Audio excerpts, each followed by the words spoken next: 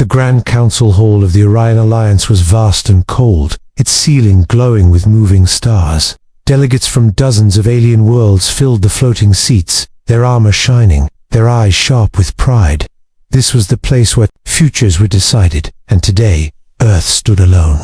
At the center of the hall hovered a single machine. It was small compared to alien war constructs. Its metal frame was rough, its design simple. Wires and plates showed clearly, with no beauty, no shine. This was Earth's prototype, the last hope of a dying world. Human representatives stood beside it, quiet and tense. They wore plain uniforms, worn by years of loss. Their faces showed fear, but also stubborn resolve. They knew how this looked. They knew what would come next. A tall alien delegate rose first, his voice loud and sharp. "Is this a joke?" he said, pointing at the prototype. "This scrap machine is what Earth brings to the Orion Alliance." Laughter spread across the hall. Some aliens clicked their jaws, others flashed colors of mockery. Even machines among them released harsh sounds of amusement. The laughter grew louder, shaking the air itself. "This is your weapon," another voice said. "Our children build toys stronger than this." The human pilot stood inside the prototype. His name was Elias Ward. He did not speak. He kept his hands steady on the controls. His heart beat fast, but his face stayed calm. He had trained for this moment. He had imagined the laughter. The prototype had no shield of light, no bending space drive. It ran on old human principles: power, balance, and sacrifice. Aliens could not understand it. At the highest throne sat the alien queen. Her form was elegant and dangerous. Her many eyes watched everything. She did not laugh. She did not smile. She only observed the human machine and the silent pilot inside it. "Earth," an alien commander said, "your world asks for protection, but brings shame instead. You offer weakness in a hall of strength." The human ambassador stepped forward. His voice shook, but he did not stop. "This prototype is not made to impress," he said. "It is made to endure." The laughter grew again, louder than before. Elias closed his eyes for a brief second. He remembered burning cities, broken skies, and the sound of Earth crying. He opened his eyes and looked straight ahead. Suddenly, the lights of the council hall flickered. A deep alarm echoed through the chamber.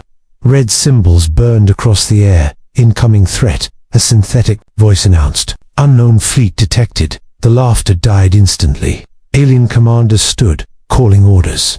Screens filled with images of massive dark ships tearing through space. Weapons far older and more violent than anything in the hall.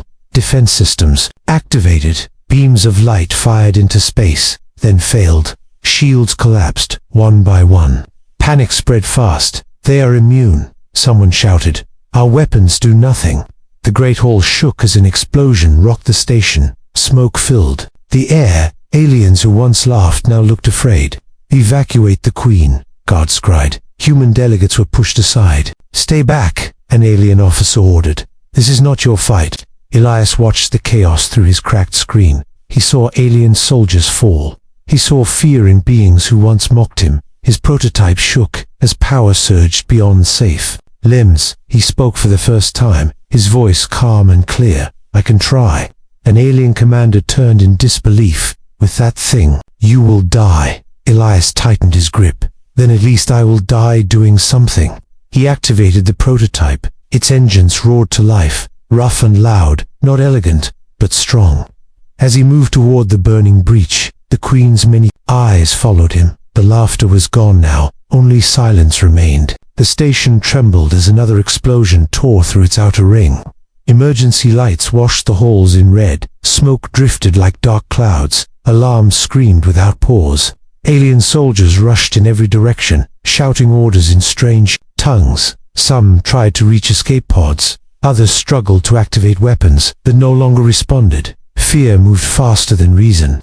Elias Ward guided Earth's prototype through the chaos. The machine shook violently. Panels rattled. Warning. Lights flashed. The system screamed that the structure could not hold much longer.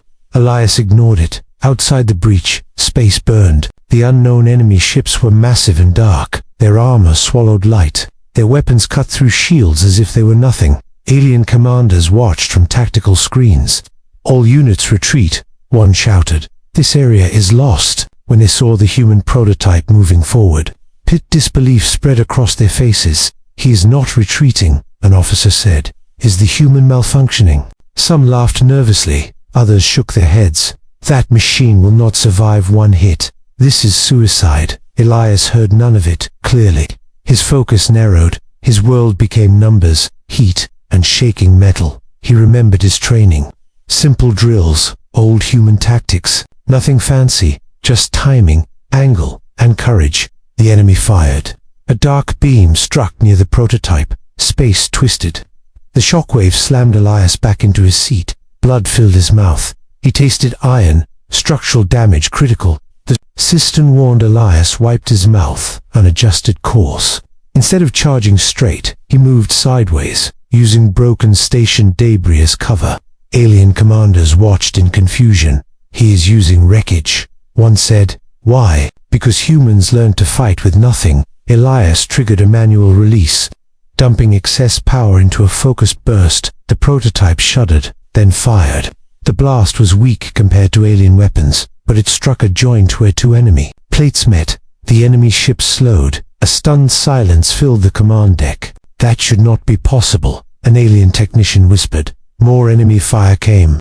The prototype took hit after hit. Its armor cracked. Systems failed. One engine burned out completely.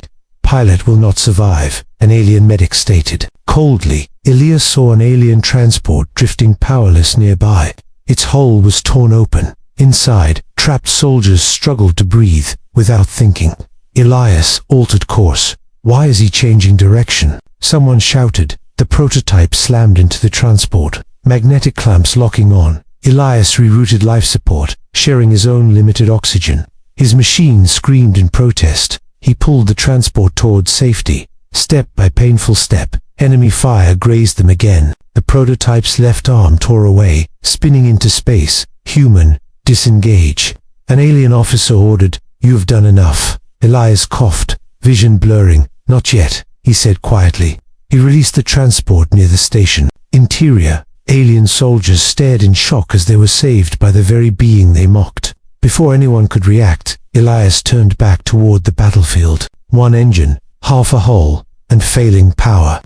The alien queen watched everything from her throne, her expression unreadable. Her daughter stood beside her, eyes wide. "That human," the princess whispered. "He chose death." "No," the queen replied softly. "He chose others."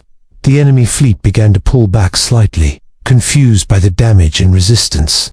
The prototype surged forward one last time, power climbing far beyond safe limits. Inside the cockpit, Elias smiled, faintly, thinking of Earth. Then the screen went dark. The battle alarm slowly faded, leaving behind a heavy, broken quiet. Smoke drifted through the damaged halls of the station. Lights flickered weakly, casting long shadows over shattered metal. Alien commanders stood, frozen before their screens, watching the place where the human prototype had vanished. No one spoke. No one laughed. Medical teams rushed through the corridors, carrying the wounded. Among them were alien soldiers saved by the human pilot. Their eyes followed the path Elias had taken, filled with disbelief and something new. "Respect. The enemy is retreating," a technician reported softly. "They are pulling back beyond sensor range." Relief spread, but it was mixed with unease. Victory had come at a cost they did not expect. Near the breach, the rescue drones finally found what remained of Earth's prototype. The machine was torn apart, twisted metal floating in silence inside the crushed cockpit. They found Elias Ward, motionless, barely alive. "Life signs detected," a medic said. "Surprised, very weak." They carried him carefully into the medical chamber. Alien doctors surrounded him, scanning a body far more fragile than their own. "He should not have survived this," one said. "Any of us would be dead." Word spread quickly through the station. The human lived in the Grand Council Hall. The seats were still filled, but the mood had changed completely. Where there was once mockery, there was now shame. Aliens avoided each other's eyes, remembering their laughter. The alien queen rose from her throne. Her presence silenced the room instantly. She moved slowly, her long robes floating behind her. "Bring the human to me," she ordered. Guards hesitated. "He is unstable. He may not wake." "Bring him," she repeated. Elias lay on a floating medical platform before the queen. His body covered in burns and cuts. Machines kept him breathing. The room felt smaller, heavier. The Queen studied him closely. This was the being they called weak, the one they laughed at. Slowly, Elias opened his eyes. His vision blurred, shapes melting into light. He tried to speak, pain tearing through him. "Is Earth safe?" he whispered. The question struck the hall harder than any weapon. Aliens shifted uncomfortably. The Queen leaned closer. Her voice was calm. "Because of you, Earth will not stand alone," she said. "I give you my word." Elias relaxed slightly, his eyes closing again. A faint breath escaped him. Outside the hall, whispers spread fast. The who fought without hope. He saved lives that were not his own. He asked nothing in return. Alien scholars began recording the event, marking the moment when laughter died. The Queen returned to her throne, silent and thoughtful. Her daughter stood beside her, watching the injured human. "He is different," the princess said. "He is dangerous." "Yes," the Queen replied. "Dangerous in a way we forgot." She raised her hand, signaling the council. "This assembly is not finished," she declared. "A decision must be made." The hall waited, breath held. Somewhere between stars, the story of one human sacrifice began to spread. The Grand Council Hall was repaired just enough to stand. Cracks still ran along the walls, and the air smelled of smoke and burned metal. Yet every seat was filled. No one dared to be absent now. The alien queen sat upon her throne, higher than all others. Her presence pressed down on the hall like gravity. Silence ruled, where voices once mocked. At the center, Elias Ward lay on a hovering medical platform, wrapped in soft light and quiet machines. His chest rose and fell slowly. Every breath was a struggle. Alien leaders watched him with mixed fear and awe. This was the human they laughed at, the same one who turned the battle. The Queen rose. Her movement was slow but absolute. "Before this council," she began, "you judged Earth by its appearance." Her many eyes swept across the hall. "You saw simple metal and weak design, and you laughed. No one answered. You speak of strength," she continued. "Yet when true danger arrived, your strength failed." Screens activated above the hall, showing recordings from the battle. The prototype moving forward, while alien fleets retreated. Elias shielding others. Elias fighting alone. A low murmur spread. "This human did not fight for power," the Queen said. "He did not fight for reward. He fought because others would die if he did not." She turned slightly, her gaze resting on the injured pilot. "He saved my people." The hall stiffened. "He saved my daughter," she added. Gasps echoed through the chamber. The princess stepped forward, her posture calm, her voice steady. "Our transport was disabled," she said. "Our guards were dead. The human attached his broken machine to our hull and shared his life support." She paused, letting the words sink in. "He chose us over himself." Shame spread openly now. Alien leaders lowered their heads. The Queen lifted her hand. "In our laws," she said, "the greatest honor is given to those who protect the royal blood." She turned fully toward the council. "And the greatest bond we offer is unity." The room waited, tension tightening like a wire. "I give this order," the Queen declared, her voice echoing through every layer of the station. "The human Elias Ward shall be bound to this throne." Confusion rippled. "He shall be joined with my daughter." The Queen continued. In royal union, the hall erupted. Voices rose in shock, disbelief, and fear. "A human. Impossible. This breaks tradition." The Queen raised her hand once more. The noise died instantly. "Tradition did not save us today," she said coldly. "A human did."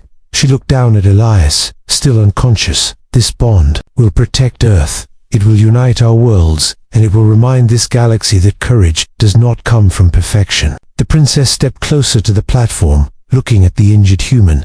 Her expression was not fear, but respect. "He does not know," one alien whispered. "He did not ask for this, which is why he deserves it." The Queen replied. Medical lights flickered as Elias stirred slightly. His brow tightened in pain. He did not wake, but his hand moved just enough to show life. Across the hall, human delegates stood frozen, unable to speak. Tears filled their eyes, not from victory, but from disbelief. The Queen turned to them. "Earth will no longer beg," she said. "Earth will stand beside us, beyond the station." Stars burned quietly, unaware that the balance of the galaxy had shifted. What began as laughter had become law. and humanity's fate was no longer small. Elias Ward woke slowly, surrounded by soft light and unfamiliar shapes. The pain was still there, deep and heavy, but it no longer felt like death. Machines hummed gently around him, keeping his body stable. For a moment, he thought he was back on Earth, in one of the old medical shelters. Then he remembered the battle, the breach, the dark ships. He tried to move, but a calm voice stopped him. "Do not strain yourself." Elias turned his head with effort. Standing beside him was the alien princess. Her presence was quiet, not threatening. Her eyes held curiosity, not pride. "You are safe," she said. The queen's word was kept. Elias closed his eyes again, releasing a long breath. "That's good," he whispered. Outside the medical chamber, the galaxy was already changing. News of the battle spread across star systems. The story was retold again and again, not as a tale of advanced weapons, but of a single human who refused to run. They spoke of Earth's prototype, the machine that looked weak, the machine that should not have mattered. Aliens who once laughed, now studied its design, realizing too late that simplicity had its own strength. In the Grand Council Hall, a new session was called. This time, Earth was not placed at the edge. Human representatives stood among equals, their heads held high. The alien queen addressed the alliance. "Let this day be remembered," she said, "not for victory, but for truth." She raised a symbol of record, marking the event into galactic history. Humanity was judged by its surface, and we were wrong. Earth received protection, resources, and allies. But more important than any treaty was respect. No longer did alien worlds see humans as weak survivors. They saw them as beings who would burn before they bent. Elias recovered slowly, each day marked by pain and progress. He learned of the Queen's order, the royal bond, and the future placed upon him. At first, he tried to refuse. "I didn't do it for this," he said, his voice rough. The Queen listened, without anger. "Which is why this galaxy will follow you," she replied. The princess spent time with him, not as royalty, but as someone who had been saved. They spoke of worlds, of loss, of duty, and of choice. Over time, understanding grew where fear once lived. When Elias finally stood again, the station paused. Aliens stopped to watch the human who changed their fate. There was no laughter now, only silence and respect. The royal union was announced across the stars, not as a prize, but as a symbol. A bond between courage and power. Between Earth and the Orion Alliance, enemies took notice. They learned that humans could not be measured by appearance. They learned that mocking Earth came with consequences. On a quiet platform overlooking space, Elias looked out at the stars. He thought of Earth, of its scars and hope. He thought of the day they laughed. The princess stood beside him. "They will tell stories about you," she said. Elias shook his head gently. "Tell them about humanity," he replied. And so they did. They told of the day laughter shook the hall, and the moment it died. They told of Earth's prototype, and the human who turned ridicule into legend.